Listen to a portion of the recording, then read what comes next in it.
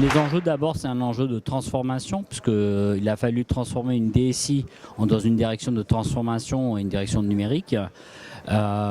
Pour l'illustrer, c'est mettre les usages au milieu, et je vais vous raconter une expérience qui est la mise en place de cloud Office 365 pour décloisonner les enseignants, l'administration et les étudiants. Alors, les moyens sont de trois sortes. Premier, c'est d'abord technique, pouvoir relier notre système d'information au cloud de Microsoft, donc de revoir l'architecture en fait de notre système d'information technique. Deuxième, c'est des moyens de pilotage, ça veut dire amener à piloter la transformation, donc des acteurs de transformation, donc des nouvelles générations d'informaticiens. D'ailleurs, on ne s'appelle plus même DSI, c'est une direction de numérique. Donc des transformateurs, donc des gens qui comprennent les usages, les techniques et qui sont capables de piloter la transformation. Et puis derrière, c'est la formation.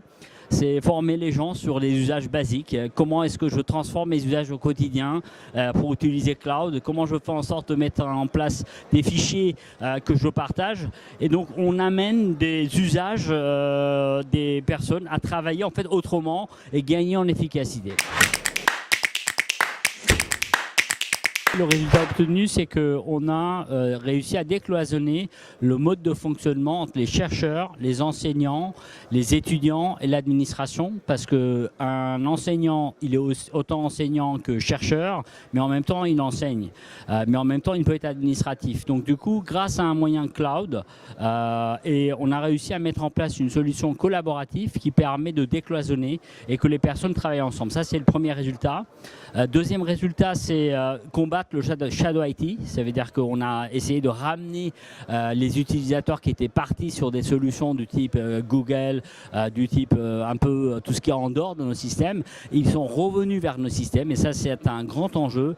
Et troisième enjeu, c'est qu'on a mis en place plein de petits projets de transformation autour des collaborations avec des quick wins qui a permis d'automatiser plein de petites tâches, qui fait que en fait, on a réussi en espace de 1 an créer à peu près une dizaine de projets de collaboration. Et là, on a une confiance qui s'est retrouvée entre les utilisateurs et nous, du fait de rapprochement et des résultats très rapides des quick wins qu'on a pu obtenir. Alors la première chose, c'est avoir une approche usage, ça veut dire partir des utilisateurs et pas de l'informatique. Donc c'est presque changer de paradigme.